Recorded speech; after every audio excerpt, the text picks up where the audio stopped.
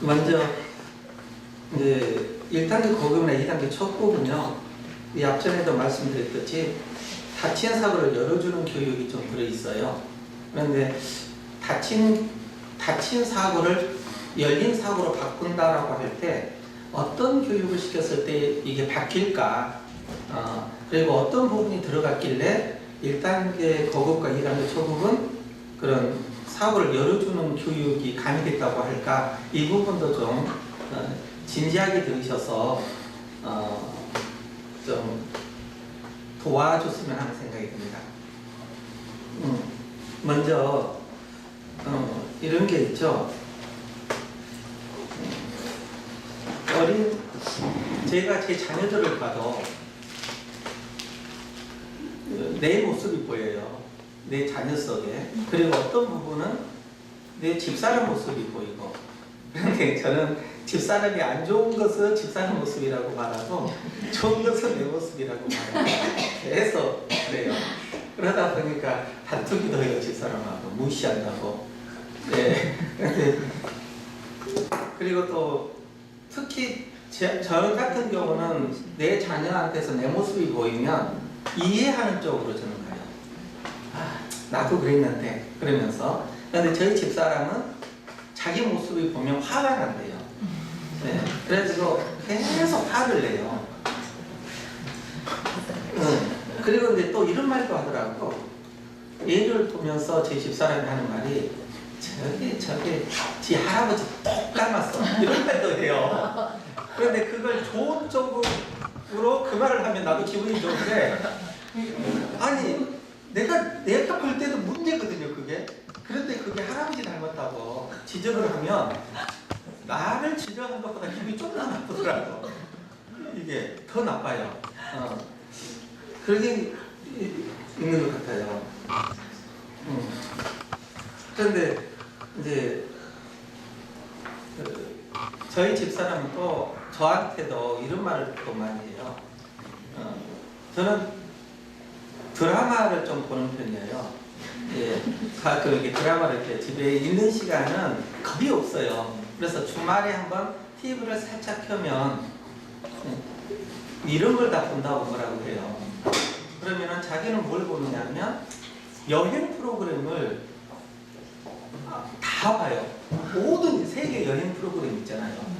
이건 아마 TV나 정방이나 EBS인가? 여기 나온 거 다 봤을 거예요. 뭐 외국 프로그램까지 보더라고. 그런 여행 프로그램은. 그런데 저 볼 때, 내가 드라마 볼 때 상당히 뭐라고 해요. 이게. 아직까지도 채널권은 저한테는 없어요. 항상 눈치를 보고 이렇게 보거든요. 그런데 이제 우리 아들이나 딸이 그걸 보고 있다 그러면 상당히 뭐라고 해요. 그러면서 저한테 너를 닮아서 저렇게 행동한다, 너가 바뀌어라, 이런 말을 해요. 그런데 이제 제 집사람의 장점 중에 하나가 책을 많이 읽거든요. 그래, 너도 책을 읽어라. 그래야 자녀가 책을 읽을 것 아니냐. 그래서 이제 제가 가끔 이렇게 책을 읽으면 감탄을 해. 너도 책을 읽어? 이제 나이가 똑같다 보니 항상 반말하고 지금까지 평생 동안 반말을 해요. 명령하고. 그리고 이제 누워서 있는 것을 엄청 싫어해요. 누워있거나 또 낮잠을 자거나 이런 것을 엄청 싫어해요. 그래서 너 낮잠 자지 말아라. 집에서 어영부영하지 말아라. 운동을 하든지 등산을 하든지 책을 읽든지 그런 걸 해라. 이렇게 계속 시키는 거예요. 이제 직업이 교사다 보니까 계속 지적이에요. 네. 아니 직업병은 있더라고요, 진짜. 계속 지적. 그래서 오늘 아침에는 자고 있는데 자기는 6시 반 정도에 준비해서 7시 못해서 출근을 하는데, 저는 이제 누워있으니까 딱 건들면서 넌 몇 시에 일어나? 다시 가자마자 일어나. 야, 내가 일어날 때 일어나면 안 돼? 이제 그러더라고. 그래서 너도, 제가 꼭 그렇게 말해요. 너도 교사고 나도 교사다. 나는 공교육이 교사고 너는 사교육이 교사다. 그래서 제가 그래 우리는 공사가 담아. 이게 그러면서 아침에 이제 뛰는데 이 모든 지시가 왜 그러냐면 자녀는 너를 보고 변한다. 자녀의 습관이나 행동은 너를 통해서 전달되지 아무리 말을 해가지고는 전달되지 않는다. 그래서 우리가 본을 보이자. 이제 이거예요. 본래 뜻은. 예. 그런데 참 자식하고 똑같이 행동하기는 좀 분하다는 생각이 들어요. 예. 왜냐면 저도 어렸을 때 TV는 없었죠. 라디오를 듣고 싶은데 못 들었거든요.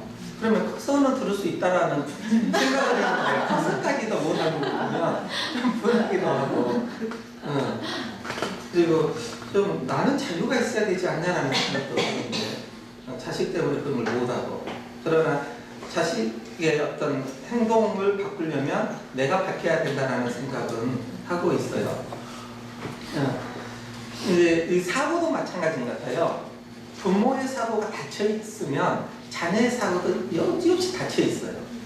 이게 이제 비판 능력이라는 게 있거든요. 제가 저는 집사람은 포도원 교회라는 교회를 다녀요. 근데 그 교회 목사님은 상당히 비판적이에요. 제가 들어볼 때. 그래서 야 너네 교회 목사님 너무 비판적이다. 그랬더니 야 너 말 왜 그따위로 해? 비판적이야? 그래요. 그래서 저는 그 말을 할 때 좋은 의도였거든요. 비판적이라는 말에. 그래서 아니 나는 좀 좋은 의도로 말을 했는데 말 바꾸네. 말 바꾸네. 그런데 이제 여기에서 비판이다라는 단어가 보통은 나쁜 의도로 쓰이잖아요. 그런데 비판이 없다라는 것은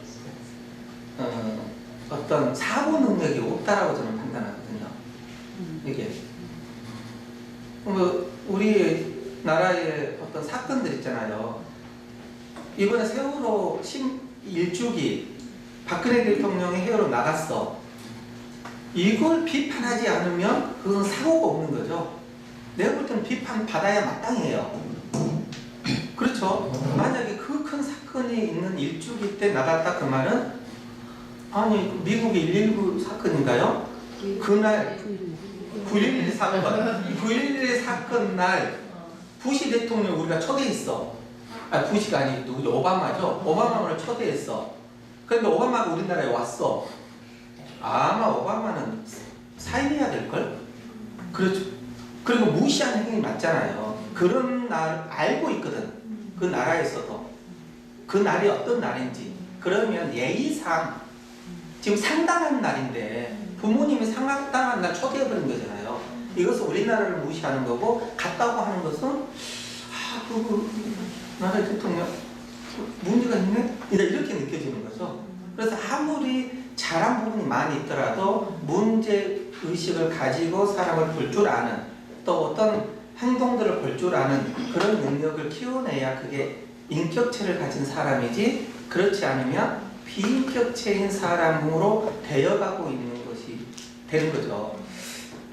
그걸 보고도 이제 이런 부분을 봐서도 우리는 어떤 비판의식을 가져야 된다. 그 말은 사고 능력을 그러니까 열린 사고를 우리 아이들에게 가르쳐야 된다. 그래야만 우리 아이들이 어떤 옳고 그름 또 정의와 죄 이런 것들을 구분할 수 있는 아이로 성장하지 않을까라는 생각이 들어요. 그러면 다친 사고는 누가 만드는 것일까 대체 누가 만들지 이게? 그런데 저는 첫 번째로 자신이라고 봐요. 네. 그래서 어머니들이 자녀들이 사고가 다쳤다 그러면 어머니 탓하지 마세요. 먼저는 아이를 탓하는 게 맞아요. 아이들을 바라보는 게 맞죠. 아이들의 이제 품성 같은 경우는 성품이라고 하는 것은 타고난 것이기 때문에 어쩔 수 없는 것이지만 성격은 자기가 형성하는 거거든요. 본인 자신이. 그래서 이런 부분들을 고칠 수 있도록 유도하는 것이 맞겠죠. 또 하나는 이제 두 번째가 저는 부모님으로 봐요. 부모님은 본인의 습성이나 자녀에 대한 관심 때문에 아이들의 다친 사고를 만들지 않는가라는 생각을 해요. 그러니까 그 본인의 습성들 있잖아요. 자기가 부모가 자란 환경, 부모가 생각하는 것, 이런 것을 아이들에게 그대로 주입시키려고 하는, 또 사랑이라고 할까? 관심이라고 할까? 학교에 전화하시죠. 이게 어떤 작은 일만 있어도 전화하시잖아요. 그리고 아이가 선생님한테 꾸지람 들었다고 하면 앞뒤 가릴 것 없이 무조건 선생님 탓한다든지, 아이가 싸웠다고 하면 내 아이를 보는 게 아니라 상대편 아이가 문제로 무조건 치부한다든지, 이런 게 있잖아요. 저희 집사람은 학년 초에 이런 말을 해요. 아이들한테. 학년 초에. 만약에 너네 부모가 나한테 전화 온다든지 아니면 학교를 찾아오면 너희들 전화 온 그 아이는 1년 동안 나를 괴롭힐 테니까 절대로 전화하거나 학교에 찾아오지 못하게 해라. 이 말부터 시작해요. 얼마나 겁나겠냐고. 이게 그래서 절대로 저학년이어도 1학년이어도 2학년도 절대로 학교에 그 반 청소하잖아요. 청소를 학부모 불러갖고 안 시켜요. 본인이 한다든지 아이들하고 같이 해요. 이게 교육이라고 생각을 해요. 청소하는 거 작은 거 하나하나 놔서. 그런데 학부모 불러갖고 청소시키면 무슨 교육이냐. 그리고 어떤 어머니가 오게 되면 그 어머니의 말을 의식 안 할 수가 없게 된대요. 본인 자체가. 그리고 또 그 아이가 엄으로 해서 그 아이의 성격, 또 다른 아이들과의 관계, 이게 흐트러진대요. 그래서 못 오게 한대요. 그러나 부모님들은 자기 자녀를 너무 사랑하잖아요. 그래서 또 관심을 가지고 있고, 그런 관계로 관여를 하게 돼 있어요. 계속 컨트롤하게 돼요. 그러다 보니까 부모의 어떤 습관이나 생각들이 아이들한테 그대로 전달되는, 좀 가려지지 않고 전달되는 경향이 상당히 있다. 그러다 보면 다친 사고로 갇히게 된다 하는 겁니다. 그리고 친구도 또한 영향을 미치기도 해요. 이제 요즘은 친구가 없는 것 같아. 너무 노는 시간이 없잖아요. 관계하는 시간이 없고. 그래서 친구 관계가, 친구가 친구로서 관계를 맺어야 되는데, 친구가 경쟁 관계로서만 또는 학급 친구로서만 관계를 맺는 것은 친구로부터 어떤 좋은 영향 또는 나쁜 영향, 어떤 다른 여러 가지 영향들을 받지 않게 되지 않을까라는 생각이 들어요. 그러면 친구가 없으면 이게 대안학교 이야기했나? 대안학교가 있고 근방에 여기 일반 학교가 있으면은요, 대안학교가 좋은 것 같죠. 그렇죠. 그런데 대안학교 저는 무지하게 반대하는 입장이에요. 한 반에 5명, 10명, 그리고 놀 공간이 없어. 운동장이 없어요. 학교가 가장 중요한 것은 운동장이거든요. 그렇죠? 또 막 밥 먹고 떠드는 시간 같잖아요. 이런 시간이 가장 귀한 시간인데 그 시간이 없어요. 대안학교. 그리고 한 반에 5명 정도면 그게 과외지 어떻게 학급이냐고. 그게 또래 집단의 교육이어야 되는데 또래 집단의 교육이 아니죠. 또 하나는 숫자가 적다 보면은요, 1학년에 한 5명이야. 1학년 아이 5명은요, 1학년부터 6학년 교감선생, 교장선생님까지 다 알아. 하나 잘못하잖아요? 그러면 이 잘못한 것을 모든 선생님이 다 알아요.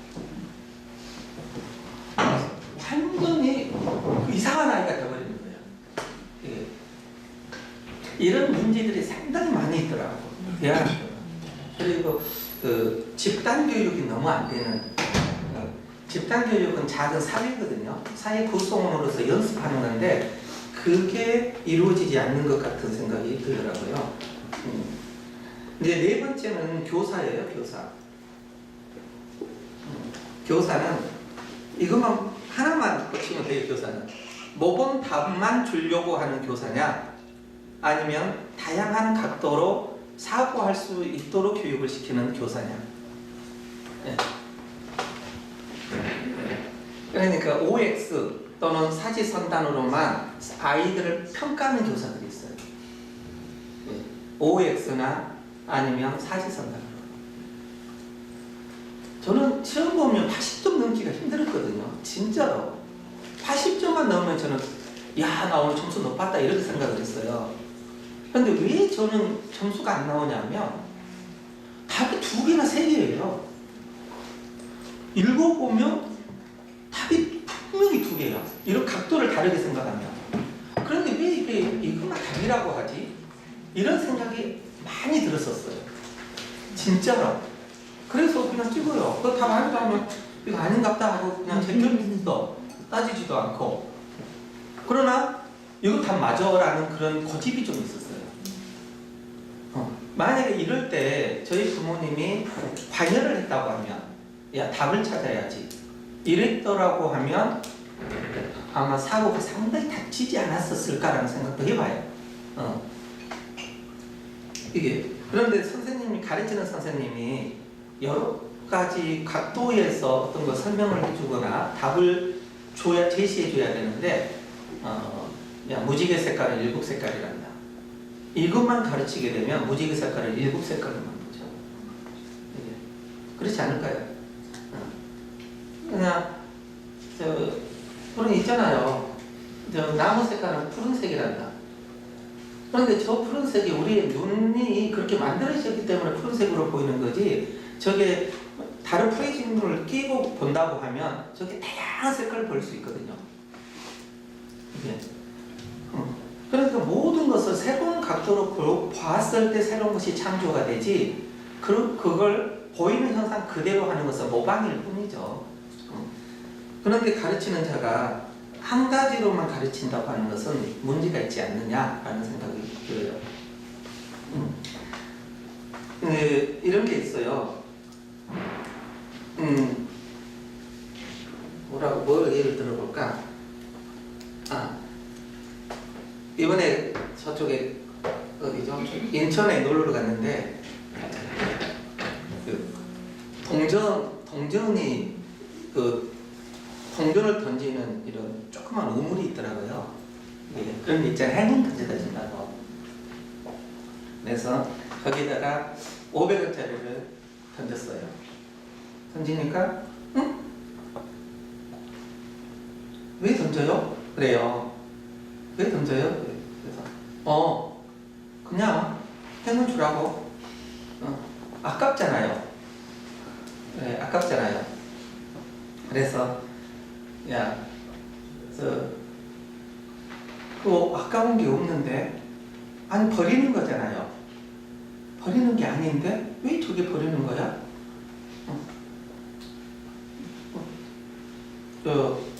그런데 왜 안 버리는 거예요? 이제 꼬맹이가 그래요. 옆에 같이 갔다. 그래서 버리는 게 아니야. 저걸 이제 아마 누군가가 여기 관리하는 분이 주어서 그걸 가난한 사람들한테 나눠줄 거야. 그래도 그 돈은 선생님 거잖아요. 야, 내가 가지나 다른 사람이 가지나 똑같은 건 아니야? 그게 없어지는 것은 아니잖아.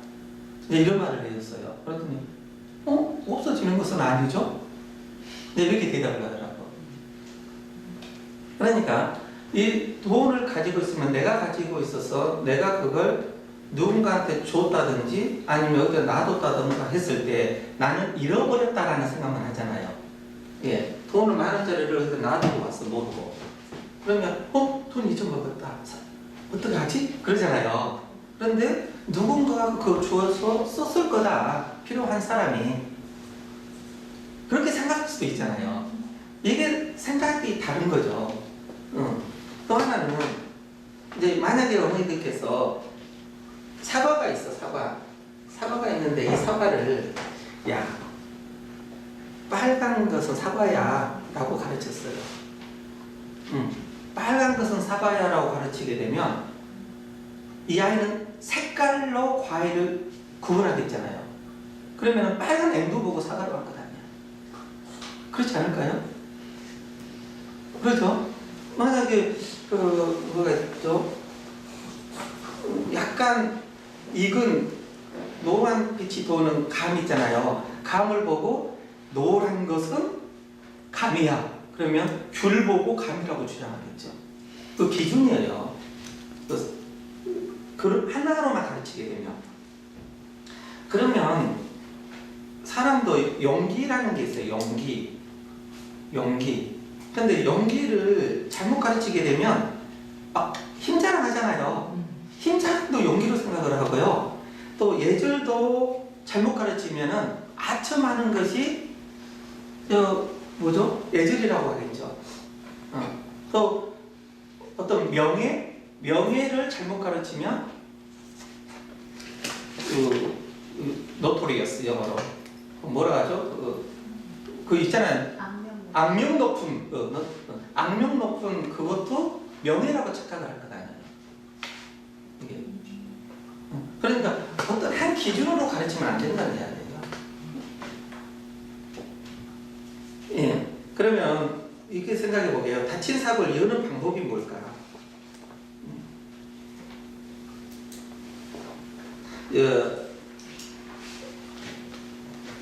이런 어학연수를 저희들이 가거든요.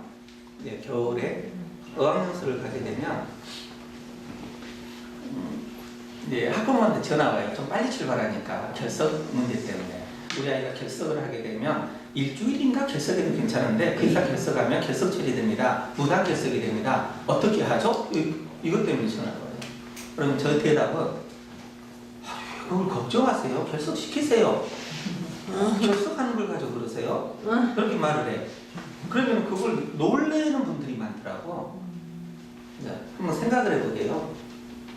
우리가 의무라는 게 있죠. 의무나 책임. 학교에 결석하지 않는 것, 출석하는 것은 의무예요. 의무. 그렇죠? 의무야. 며칠 정도 결석 안 해야 의무를 다한 것일까요? 혹시 아세요? 3분의 2. 3분의 2를 출석하면 자기 의무를 다 한 거거든요. 법적으로 이제 학교 규칙이 있으니까 규칙을 우리가 지켜야 되는 것이니까 규칙을 따른다고 하면 3분의 2를 출석하면 자기 의무는 다 한 거예요. 네. 그러면 100 며칠인가 돼요. 120일? 21일? 이 정도는만 출석하면 되는 거예요. 그러면 60일 정도는 결석해도 되는 거예요. 방학 빼고입니다. 학교 가는 날. 그러면 60일을 결석할 수 있는 자유가 있는 거예요. 그런데 그 자유를 못 누리는 학생이잖아요. 그 자유를 못 누리는 학부모고 그게 문제라고 생각합니다. 그런데 그 사고가 열린 분들이 계셔요. 그런 분들은 그냥 출석시키고 시간만 되면 해외 데리고 나가요. 그냥 여행시키고 또 부모 무슨 행사 있으면 같이 일주일 동안 놀러 갔다 오고 그리고 자유롭게 아이를 교육시켜. 그런데 그 아이들하고 대화해보면 사고가 완전히 일리했어요. 너무 어디 하나에 이렇게 집착되어 있지 않아요. 그런데 왜 결석하는 것이 문제라고 생각하는지, 그게 결석 안 하는 게 목적인지 공부가 뒤떨어지기 때문에 그러는지 그것도 보시 좀 안 됐더라고. 공부는 선행학습 시키기 때문에 전혀 뒤떨어지지 않잖아요. 이런 게 기준이라고 저는 보거든요. 예. 이게 바로 형식주의에 사로잡힌, 옛날 이야기 중에 이런 이야기가 있어요. 한 상당한 사람이 있었는데요. 이제 상 당해가지고 참 슬픔에 놓여 있는데 그분이 팥에다가 팥을 넣어가지고 콩밥 있잖아요, 빨간 그 밥을 해 먹은 거야. 예, 이건 아니죠, 우리나라의 윤리상. 왜냐하면 팥이라는 것은 기쁨을 상징하는 거거든요. 그러니까 기쁨을 상징하는 밥을 먹고 있는 거야. 그래서 손님들이 와가지고 어떻게 부모님, 아버님이 돌아가셨는데 기쁨의 밥을 드세요? 그러니까 그 주인이 하는 말이 있잖아요. 그러면 나머지 모든 사람들은 상당했나? 무슨 말인지 아시죠? 그러니까 사고에 사로잡히면 그런 판단을 한다는 거예요. 예. 우리는 그 형식주의 또는 어떤 법, 규율, 예의 이런 것으로 말미암아 그 사로잡혀 있는 경우가 상당히 좀 많아요. 예. 그래서 저는 깨야 되는 방법 중에 하나가 고정관념을 좀 깨야 된다는 생각을 많이 해요. 첫 번째는 고정관념을 깨라. 두 번째는 좀 남 탓하지 않는 것. 저는 탓하는 것을 거짓말이라고 표현하거든요. 어떤 거냐면 거짓말은 누구를 속이는 거냐면 처음에는요 타인을 속이는 거예요. 그쵸? 거짓말. 그런데 어느 순간 되잖아요. 자기 자신을 속이고 있어요. 이게 그러면 이걸 조금 희석시키면 우리는 거짓말이라고 표현하지 않고 변명이다라고 표현을 해요. 좀 부드럽게 표현하려고. 남의 탓하는 거죠. 변명하고. 이게 남 탓하지 않는 자신을 보는 그런 눈을 아이들에게 키워줘야 되지 않느냐라는 생각이 듭니다. 이거 있잖아요. 농구공을 이렇게 막 던지잖아요. 농구공 골대에다가 안 들어가니까 골대가 문제가 있어. 그걸 보는 게 아니라 자기 자세를 봐야 돼요. 자기 자세가 바르게 되어 있는지 아닌지. 또 그림을 그리면 그림이 좀 안 그려져. 오늘은 화가들이 되게 그러거든요. 그려지는 날이 있고 안 그려지는 날이 있고 조각이 잘 되는 날이 있고 조각이 잘 안 되는 날이 있고. 그러면 망치를 탓한다든지 점을 탓한다든지 붓을 탓한다든지 색 연필을 탓하는 게 아니라 자기 마음을 먼저 봐야 되는 거잖아요. 오늘 내 마음. 왜 그림이나 조각은 내 마음이 들어가는 것이니까. 그런 마음을 점검해 보는 거죠. 만약에 선생님이 나를 엄청 싫어하는 것 같아. 그러면 선생님 탓하는 게 아니라 내가 대체 사랑받지 못한 행동이 나한테 있었을까? 그리고 선생님한테 사랑받을 수 있는 행동이 어떤 것일까를 생각을 해봐야 미움이 사라지죠. 예. 그런데 아이들은 진짜 모르거든요. 제가 가르쳐봐도 몰라. 계속 짜증내고 있어. 그런데 그 짜증만 없으면 사랑받거든. 이게. 그런데 끝까지 짜증내면 끝까지 사랑을 못 받거든요. 이걸 저는 가르쳐 주려고 엄청 노력을 해요. 이제 이런 경우 있죠. 제가 교육시키는 것 중에 이것 중에 하나 있어요. 선생님들이 애를 꾸지람을 했어. 그러면 마음이 좀 아프잖아요. 미안하고. 그러면 한 10분 또는 20분 수업 끝나고 안아줘요. 그 짓거리 하지 마라. 애를 다 버려놓는 거예요. 그건 아이한테 꾸지람한 것은 정당한 것이었어요. 미안해서도 안 돼요. 내가 아이를 꾸짖었을 때 그 아이의 그 인격체를 꾸짖었을까요? 아니잖아요. 그 잘못된 행동, 말, 죄성 이걸 꾸짖은 거지. 그건 그 애가 아니거든. 그 아이가 아니잖아요. 그 애가 아니기 때문에 아닌 그걸 꾸짖었는데 만약에 껴안게 돼버리면 그 아이가 돼버려요. 그리고 또 하나는 이 아이가 간을 본다고 그런 것도 있잖아요. 선생님의 권위가 떨어져요. 절대로 잘못한 것에 대해서는 저는 용서 안 돼요. 그 부분은. 그 애가 잘못했을 때는 그 잘못했다고 인정하는 부분 있잖아요. 그리고 용서를 빌고 그것은 대단하게 쳐줘요. 그 아이의 그 부분은 그 용기에 대해서. 그러나 그 나쁜 것에 대해서는 엄하게 지적을 해줘야 돼요. 그러니까 구분을 시켜줘야만이 이 아이가 그 판단 능력이 생겨나지 않을까 하는 생각이 듭니다.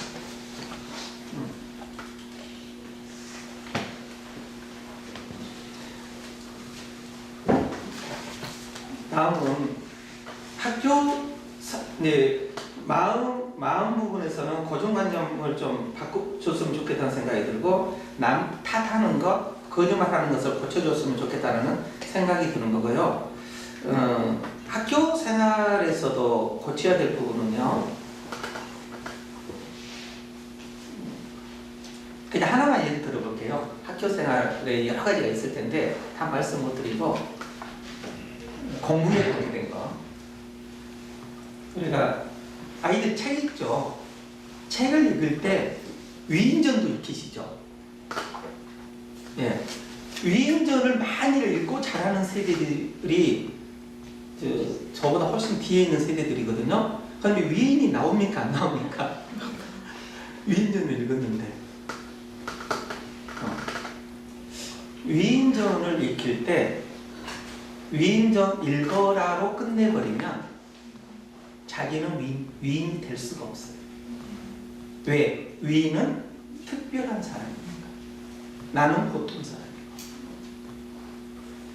자, 그런데 관점을 바꾸면 돼요.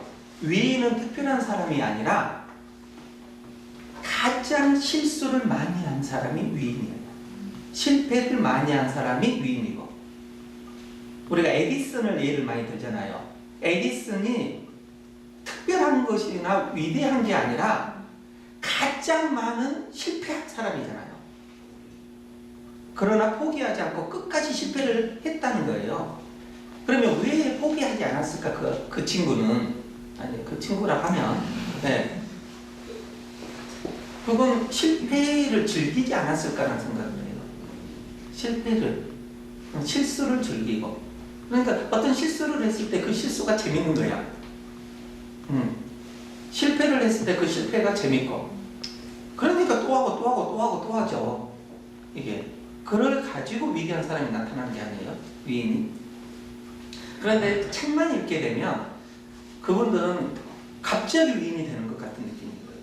그런 실수나 실패나 어떤 그 약한 부분이 없이 막 의지가 강한다든지 이게 좋은 것만 이렇게 드러나요.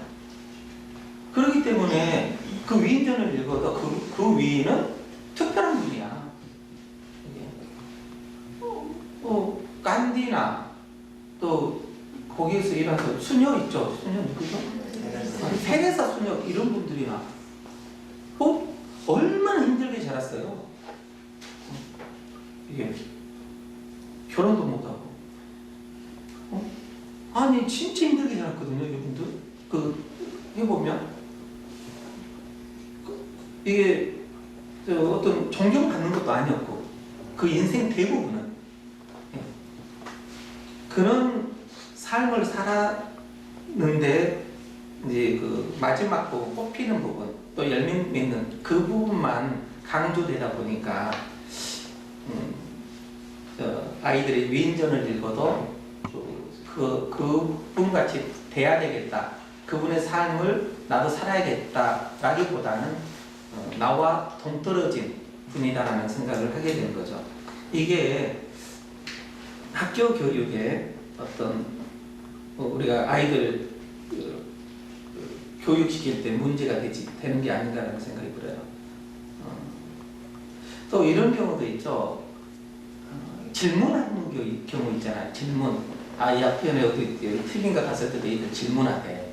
질문을 하게 되면 그 질문을 반갑게 받아주는 경우가 있고 아니면 그 질문 자체를 터부시해버리는 경우가 있거든요. 특히 어떤 때 실수를 많이 하냐면 손님들 왔을 때 손님 오면은 꼬맹이가 가가지고 아저씨 몇 살이에요? 이렇게 물어보잖아요. 그러면 어른들 입장에서는 예의가 없게 느껴지는 거죠. 그러나 이 아이는 궁금한 거야 진짜. 그럼 가르쳐 주면 되는 거잖아요. 그냥 모른 척 하셔야 돼요. 이게 대화를 여는 방법이니까. 그런데 만약에 그걸 막기 시작하면 그 아이가 친구 사귈 때, 생소한 친구 사귈 때 어떻게 접근하지? 이 접근하는 것은 못해요. 네. 그러니까 생소한 사람 어른들 왔을 때도 이름도 물어볼 수 있어야 되고 어디서 왔어요? 왜 왔어요? 이게 물어보는 친구가 처음 이 전화 온 친구한테 말을 걸어서 너 몇 살이니? 너 어디서 왔니? 이거 물어볼 수 있다는 거예요. 이게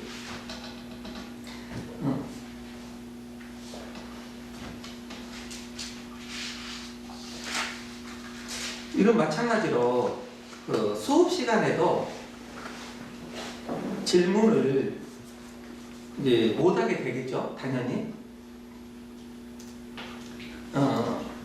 이제 또 하나 질문을 못하는 경우 하나 더 있다. 질문을 못하는 경우가 어떤 경우냐면 왜 못하냐면요, 나만 모르는 것 같아요. 예, 질문하려고 손 들려고 하는데 내가 지금 현재 질문할 이 내용이 나만 모르는 것 같고 이 질문했다가는 부끄러움을 당할 것 같아. 이게 생각을 또 이것도 바꿔야 되겠죠. 지금 부끄럽잖아요. 질문 못하면 모르고 있는 그건.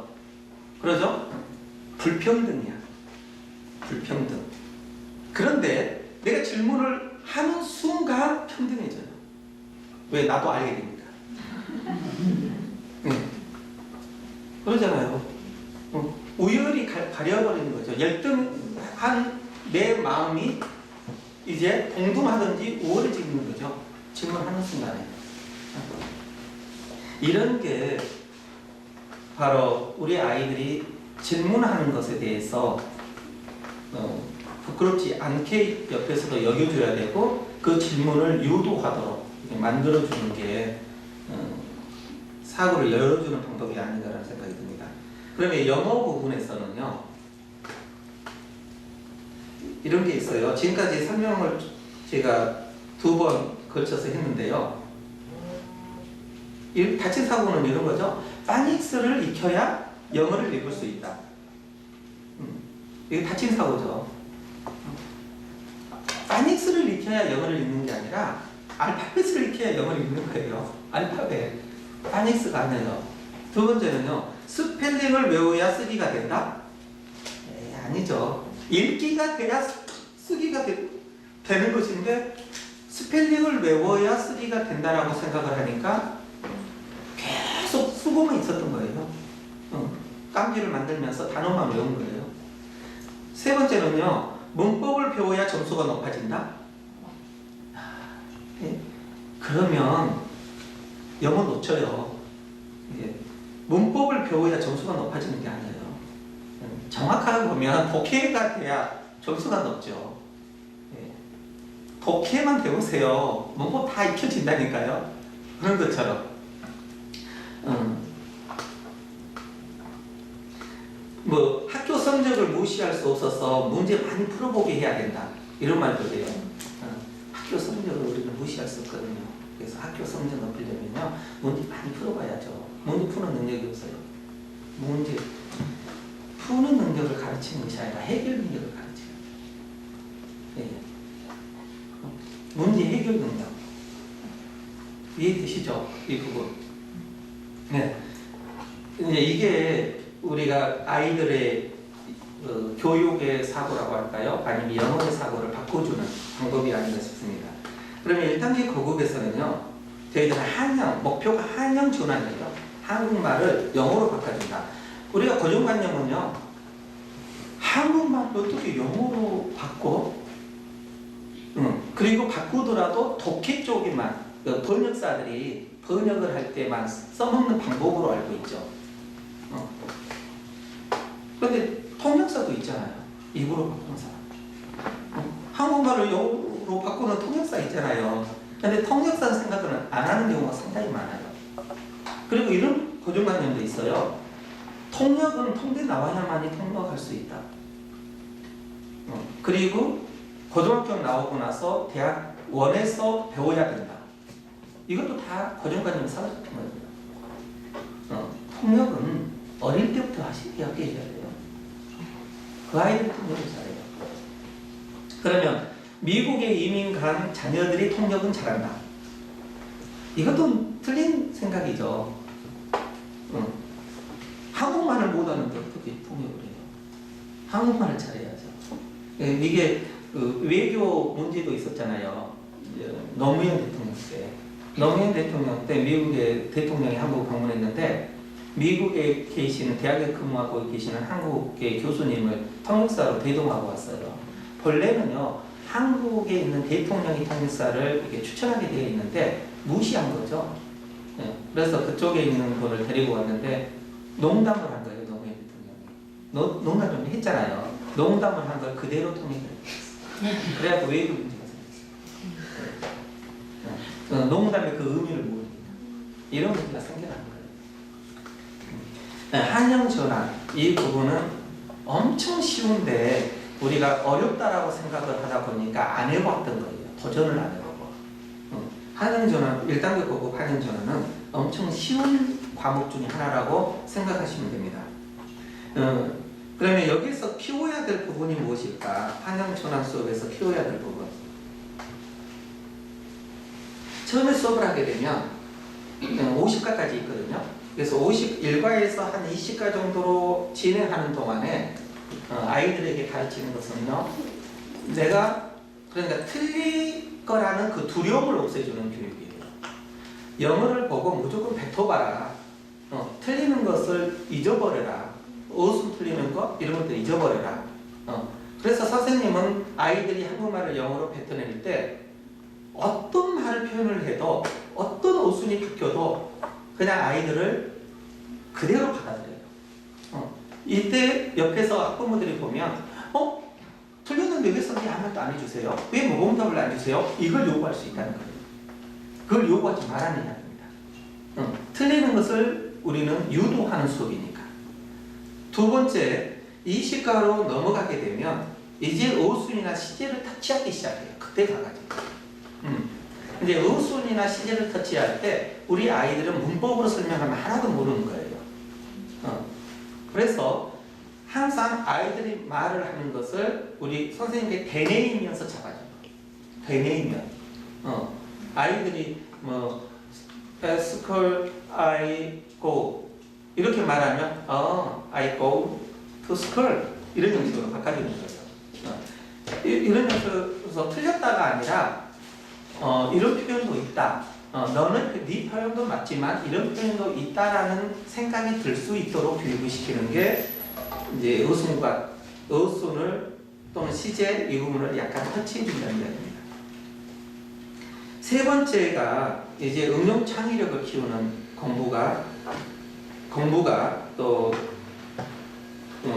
한영 전환 일단 고급에서 키워주는 부분입니다.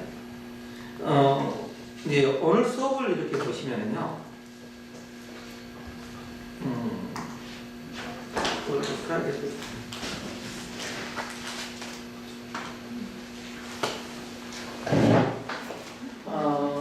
오늘 수업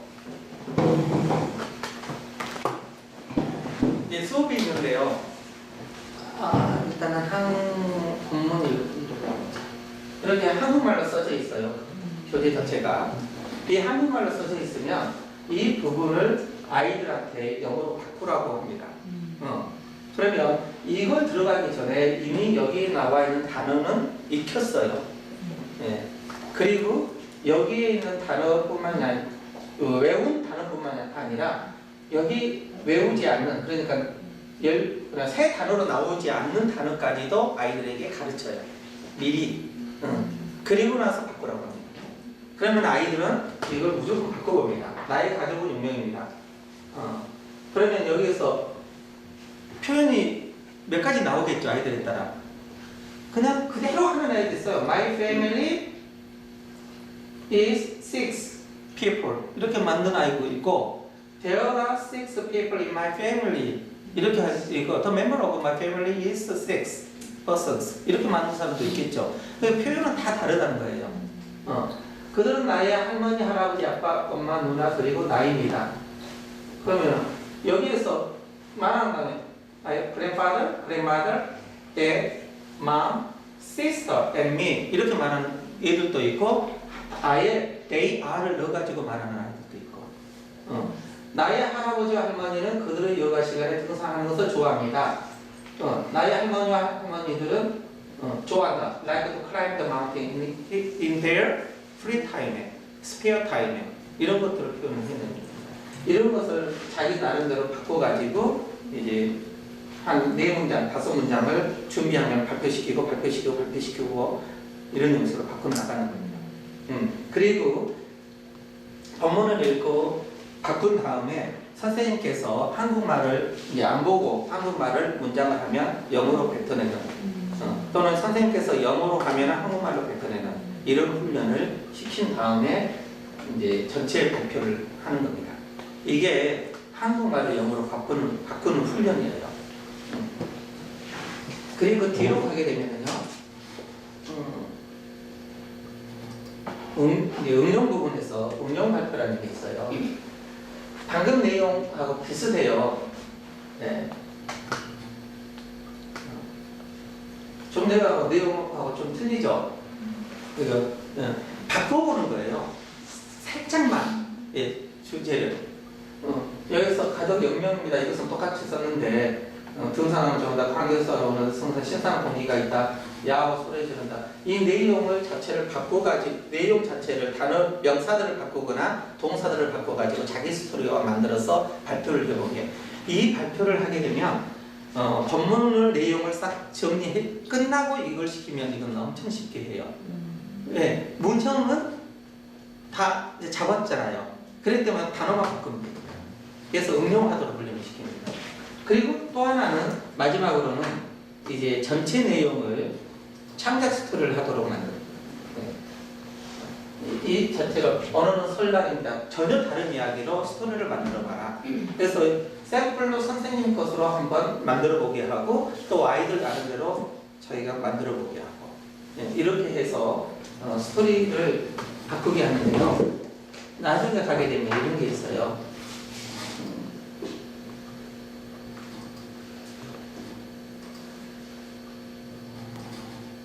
일단계 거부. 이제 26과 50가까지 있는데요. 26가부터는 내가 잘못했다. 이렇게 주제어를 주게 됩니다. 이제 이때부터가 창작하는 능력을 본격적으로 시키기 시작하는 거예요. 학교라는 단어를 주게 되면 이제 앞에서 훈련을 좀 제대로 받지 않는 친구들은 학교 그러면 나는 학교에 갔습니다. 학교에서 친구 만났습니다.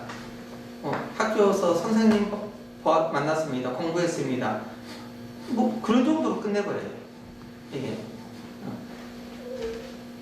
안 그러면 더 안 되는 아이들은 뭐냐면 학교가 들어간 문장 만드는 줄 알아요. 나는 학교에 갔습니다. 나는 학교에서 놀았습니다. 나는 학교에서 친구 만났습니다. 이런 음식이야. 학교가 들어가야 됩니다. 여기 다친 사고 맞잖아요.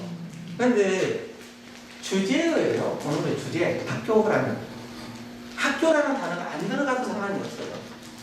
근데 안 들어갈 수는 없겠죠. 여기 만약에 어머니들한테 학교라는 주제를 가지고 스토리 만드세요. 1분 드리겠습니다. 그러면 1분 동안 머릿속으로 생각하겠죠. 그래서 한번 들어보면 아마 재밌는 걸 많이 나올걸? 이 안에서.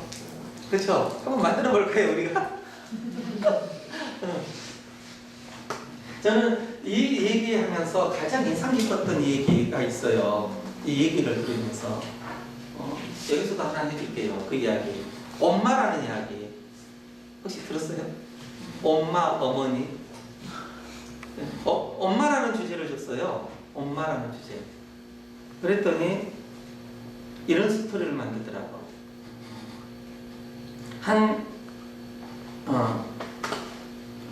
하나님은 한 아가 천사에게 말했습니다.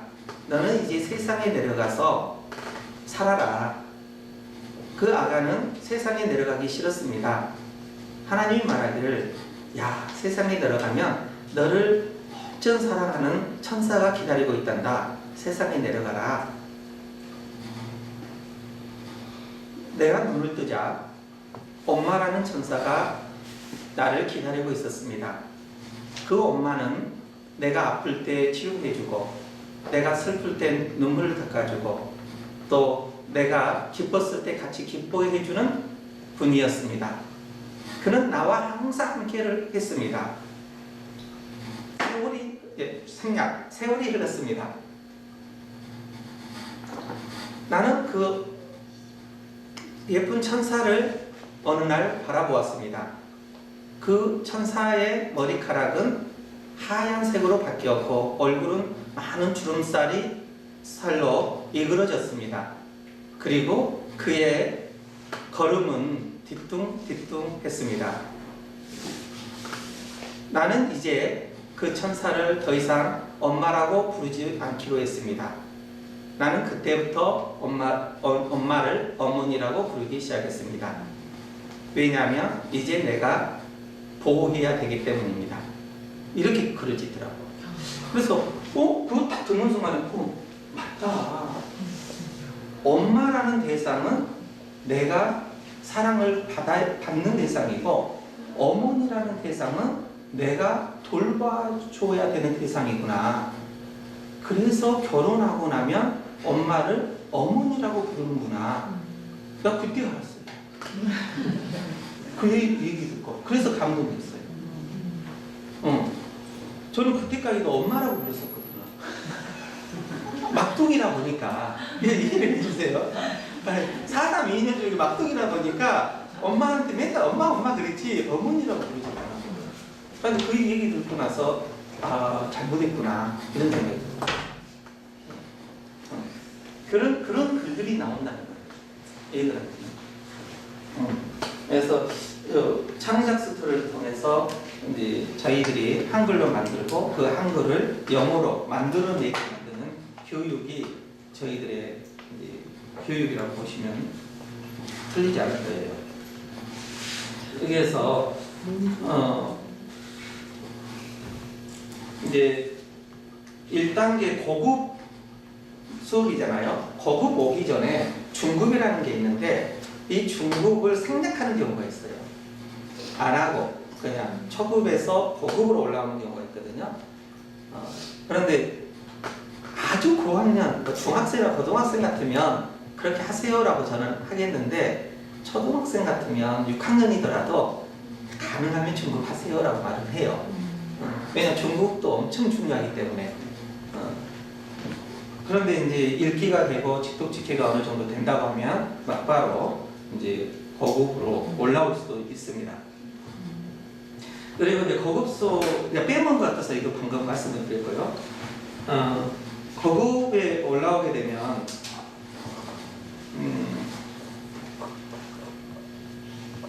영어들이 좀 어렵네. 제가 써놨어도 좀 영어들이 우리가 쓰는 영어들이라 수업하는 것은 그냥 넘어가고요. 창작 스토리 쪽으로만 한번 말씀드릴게요. 창작 스토리나 응용 스토리 할 때 만드는 요령들입니다. 확실히 집에서도 어머니들께서 아이들한테 시켜보시고도 있잖아요. 첫 번째는 교사가 만든 스토리를 모방하는 겁니다. 모방해서 응용해보는 방법이 하나가 있고요. 또 하나는 5문장 스토리를 만들어 보는 게 상당히 좀 중요해요. 5문장으로 스토리와 만들어 보는 훈련. 예. 그러니까 만약에 학교라고 하면 학교라는 단어를 가지고 5문장으로 스토리를 만드는 거죠. 이게 나는 학교를 매우 사랑합니다. 학교에는 내가 사랑하는 친구들이 있고 선생님이 있기 때문입니다. 나는 학교에서 많은 과목을 배웁니다. 배움은 나를 성장시켜줍니다. 나는 항상 학교에 대해서 감사함을 느낍니다. 이런 형식으로 만든다면 이렇게 5문장 만드는 거예요. 네, 5문장. 또 5문장. 또 5문장. 이런 5문장 가지고 스토리가 되게 만드는 훈련을 받게 되면요, 10문장도 만들고 20문장 만들고 스피드 쓸 수 있어요. 이런 능력이 돼요. 그런데 그 작은 걸 못 만들면 긴 문장을 못 만들게 돼요.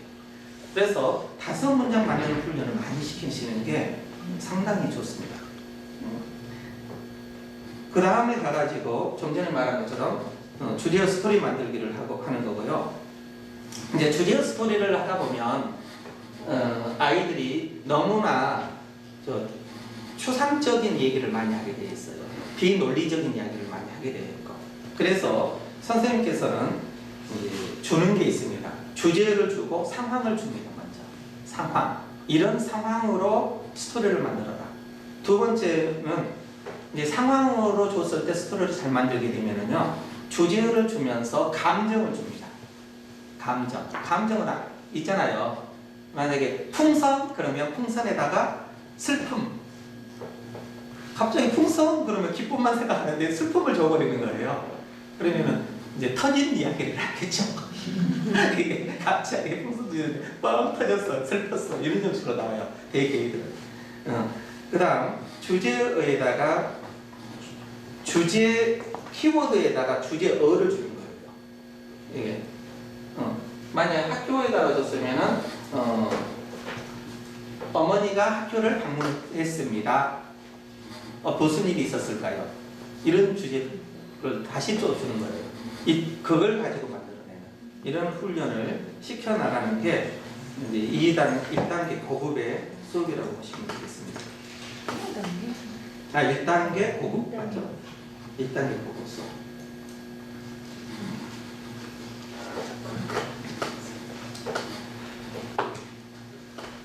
그 다음은요, 이제 1단계 고급을 수업을 받다 보면 우리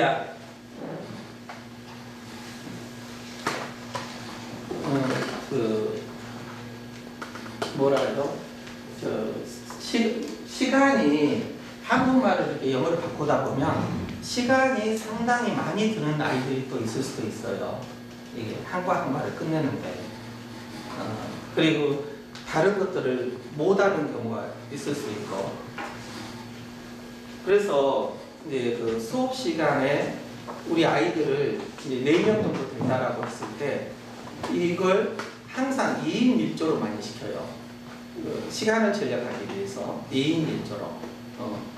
그러니까 이제 선생님께서 이게 수업을 시키다 보면 왜 내 아이는 안 시키고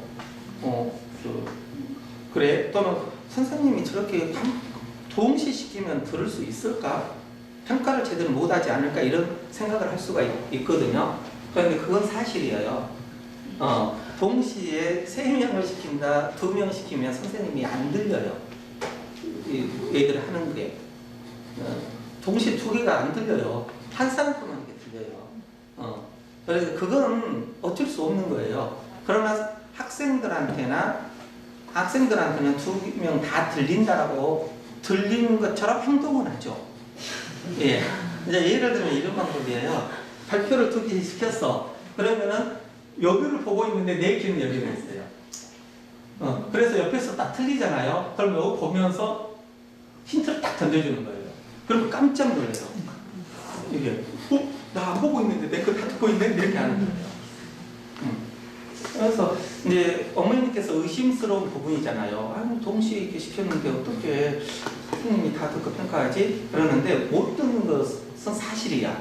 그러나 들은 척 하면서 아이들에게 그 수업에 집중할 수 있도록 하기 위한 방법이 있고, 또 모두에게 빨리빨리 발표를 시켜서 많은 경험을 주기 위한 방법이라 생각을 하시고 이해를 해줬으면 하는 생각이 들어요. 예. 그냥 갑자기 생각이 나가지고 이 말씀입니다. 10분 시간을 했다가